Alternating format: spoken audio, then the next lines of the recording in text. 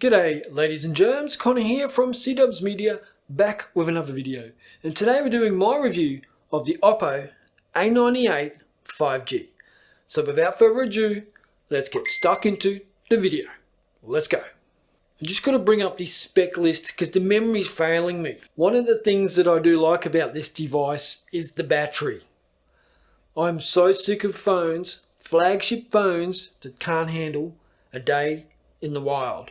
And the Oppo A98 5000 mAh battery, it can go the distance. So that's one good thing I'm just putting it there right at the start of this video. Plenty more to talk about though, but just got to shout out that battery. Now, a couple of things I want to just point out. $650, 256 gigs of storage, 8 gigs of RAM, 120 Hz refresh rate. Starting to see a bit of a pattern here where the mid-ranges need to up their game a little bit when you've got devices like this floating around in the wild. So I do think that's worth noting. Now it does come in two colors, black and dreamy blue. And yes, I have the dreamy blue color. Have a look at that. Ooh, so dreamy and blue. Really like the colors. The blue definitely stands out. So you will want to reach out to Amazon and pick up a case. I'll link a couple down below. I haven't bought any, and they don't include a case in the box anymore. So that's a bit of a letdown. It really is, but you still get a charger. So they're, miles ahead of the competition in that regard. And I do want to point out as well that the charger in the box is 67 watt Super VOOC charging. So you're getting blazing speeds. And honestly, you put these Oppo phones on charge, go make a coffee, come back, and you are almost at full again. It is that fast. Now you compare that to the Google Pixel 7a, which trickle charges. It feels like it's always trickle charging. You can never get a quick charge out of it. So big thumbs up to Oppo with their Super VOOC fast charging. And that is actually 44 minutes to get a full charge. So shove that where it fits, Google, because you're not competing in the market with your charging speeds. Now you do only get 8 gigs of RAM, which doesn't really matter. I think that's enough to power a mid-range smartphone these days. And it also does that RAM expansion, so you can get up to 16 gigabytes of RAM expansion. I don't really know how valuable that is in the real world, because I do think most of these devices are pretty capable these days. I don't see many people sitting down multitasking on their phones. At most, they're scrolling TikTok or some shit like that. So I really don't think we need to go beyond that 8 gigabyte for simple everyday phone use.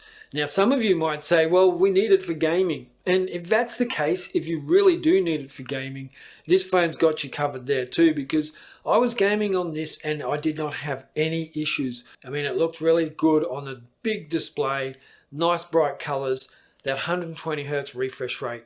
It was actually doing more than you would normally get at that price point. Now it does come with a 6nm Snapdragon 695, so it's powered enough, enough to get you through, enough to do one task really well.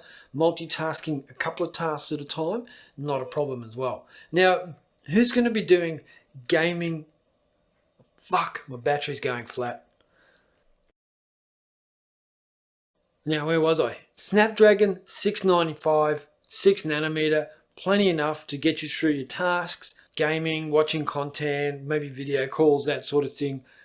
Mid-ranger, 8 gigs of RAM, Snapdragon, we're not having problems here. Now with that Snapdragon 695, 8 gigs of RAM, and the battery life on the Oppo A98 5G, you really are getting a good deal here, because it performs really well and charges really quickly, but it also seems to manage that battery consumption throughout the day as well. So the chances of you running dry on a typical day of use, really slim. You're definitely not going to have any issues with performance, battery life, and getting through the day. But I just want to say that the build and design, it looks really nice. But I like how the edges are nice and they're machined well. They're not like sharp and curvy and slippery. There's a nice feel to it. I like how they're sort of at 90-degree angles, not too many curves in there. They are a bit iPhone-y, but that's not a bad thing either. The iPhone does have a really good design these days with its edges, and I think maybe Oppo might have copied a little bit there, or maybe not, but it looks really nice. Now there is only 600 nits high brightness mode, which isn't the brightest, but again, we're coming in at that mid-range of phone, so it's, it could be brighter, but it's not too bad. And I was using it out in a sunny day, and I did not have any issues. It might look like it was having issues on camera here, but I didn't have a polarizer on my lens, so it does make it a bit harder to see how well the screen was performing outdoors. But as the user, I didn't have any issues. Now it is an IPS LCD display, which is not a problem in my opinion. It's definitely not top range, but the price isn't top range either. And we are also talking 6.72 inches, so plenty of big enough. That's huge, to get some content on that. You're watching YouTube, whatever you're watching, it's going to look great on this big display. Software is Android 13 and ColorOS 13.1. Hopefully we get some good consistent updates there. Maybe we will, maybe we won't, but I think when the software releases do come out for Oppo, they are well polished. And I always say in my Oppo reviews, because it's my opinion of the truth, that they used to not really know what they were doing with software. They were trying to be Apple in an Android world, but I think their software, it's Oppo software now. Even though it's baked on top of Android, it works really well. It has a lot of features that you can't get on other phones, and one of them is this subscription magazine for the lock screen.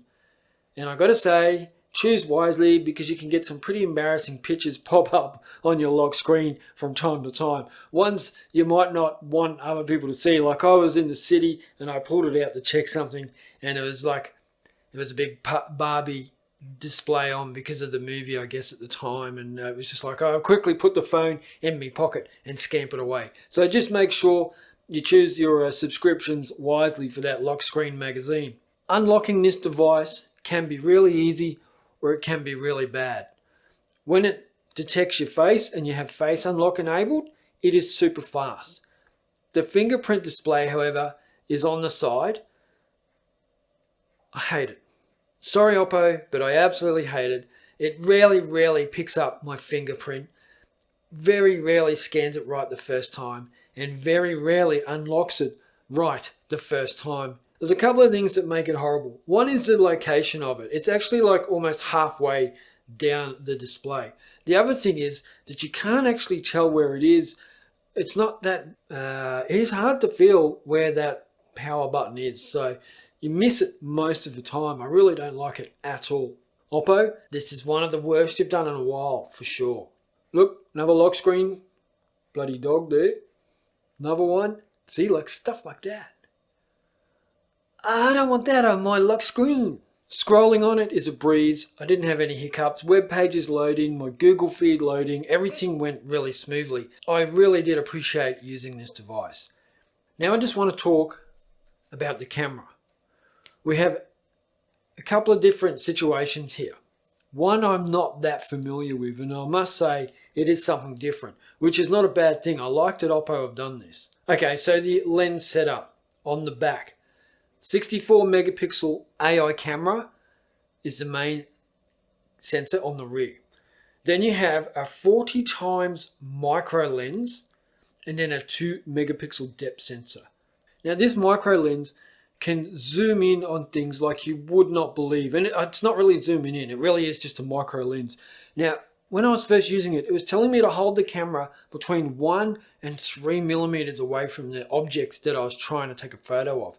And have a look at these. You'll never guess what it is, but it's actually pecan pie. And man, did it taste delicious. But look how it took these images. It looks like something from outer space. So really fun to play with, and you can get quite creative with this 40 times microscopic micro lens. So they're saying you can get closer than ever, and you really can. You can get some cool pictures.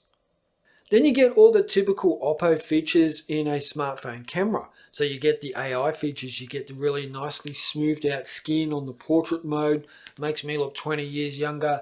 You get the nice video as well, which can also do some of that AI in-camera editing as it's filming or as it's taking photos. So here we are, 1080p rear facing camera. From what I can see at the moment, we don't have 4K, just 1080p, which to me doesn't really matter because we've got a nice image here, good quality, colors are really nice, really poppy, typical sort of smartphone look, but they look fine. You can easily record these videos, share them on social media. And this is the front-facing camera at 1080p, which doesn't look too bad either. Maybe a little bit less stable, but it doesn't look too bad. Out there a little bit is blown out, but you would expect that on any camera. But what you're shooting, the subject, exposed correctly, pretty natural looking colors from what I can see. Now there is the option to edit it in video, but I'm a bit of a standard dude. I like this image exactly how it is, no need to edit this further. So for typical social media videos, home videos, that sort of thing, this device is doing just fine.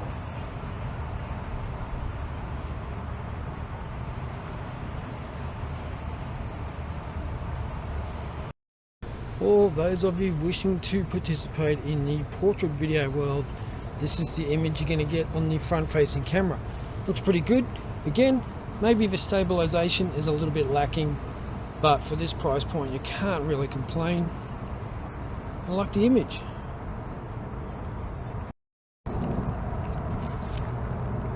Now this is the rear facing camera, portrait mode, or not vertical mode, not horizontal mode I should say, TikTok mode. Still looks pretty good. Again, I just think the stabilization, but I do like the colors. I really like the colors in the video. I think it's pretty good. For 650 bucks, you would not complain, that's for sure.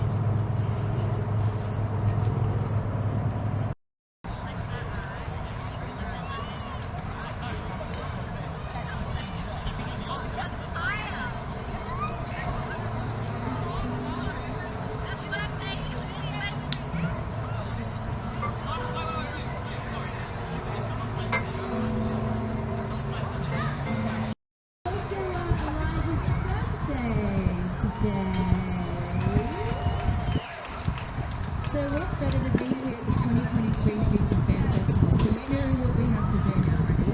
Happy birthday to you. Happy birthday to you. Happy birthday.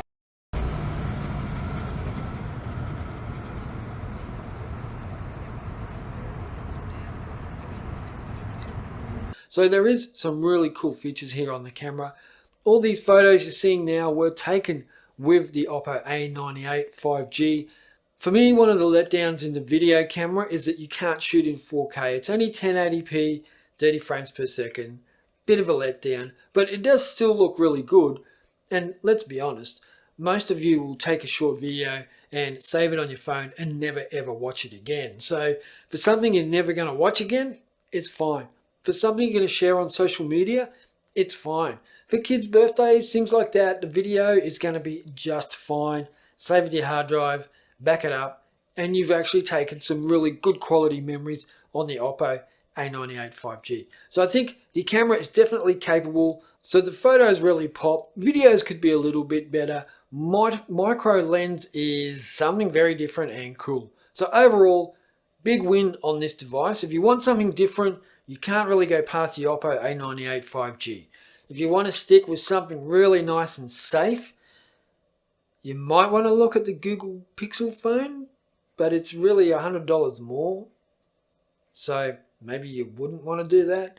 You get a lot here for the price. More storage, weather sealing, pretty good camera, amazing battery life, good software, and it's a good quality package here in the Oppo A98 5G. I'm going to leave it there. Hope you enjoyed this video, and I'll catch you in the next video. Check out.